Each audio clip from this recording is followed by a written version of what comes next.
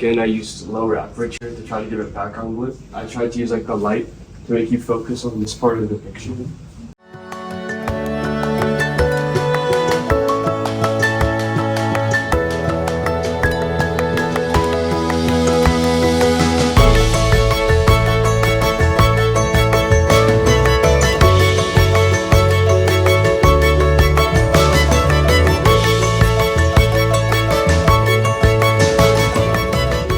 I learned that you have to be patient with photography. We used the telephoto lens, which is a really long lens, and it helped capture photos of animals that are far away.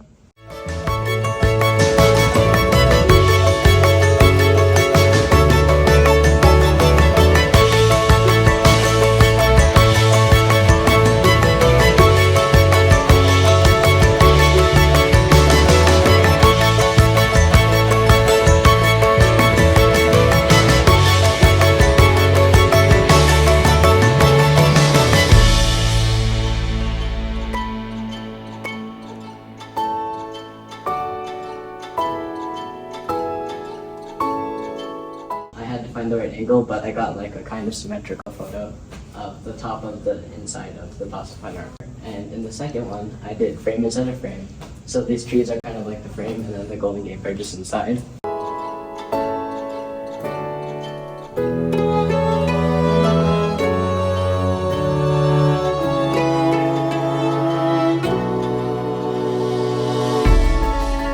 This one up here, the birds were on the side of the photo, and I just took a photo of them so they fill in the frame. You need to make sure you have a lot of patience, making sure I have the perfect lighting when I'm taking photos.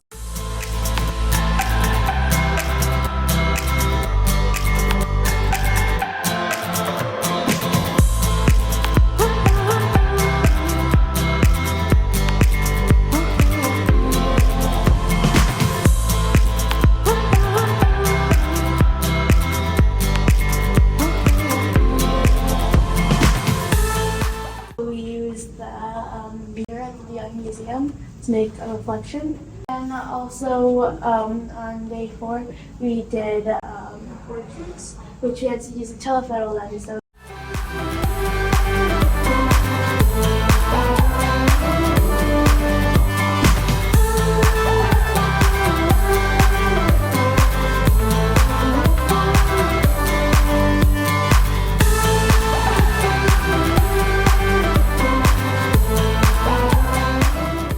And what I've learned is that you need to have persistence because sometimes it's freezing and like the wind like really makes you shake a lot, so you have to use like a high shutter speed to do this. I used this because it was like a beach view, and this is also another example of telephoto lens.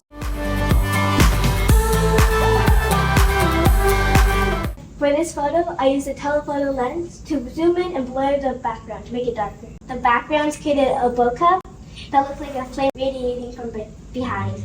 I recently found that I liked more street photography, more urban landscapes.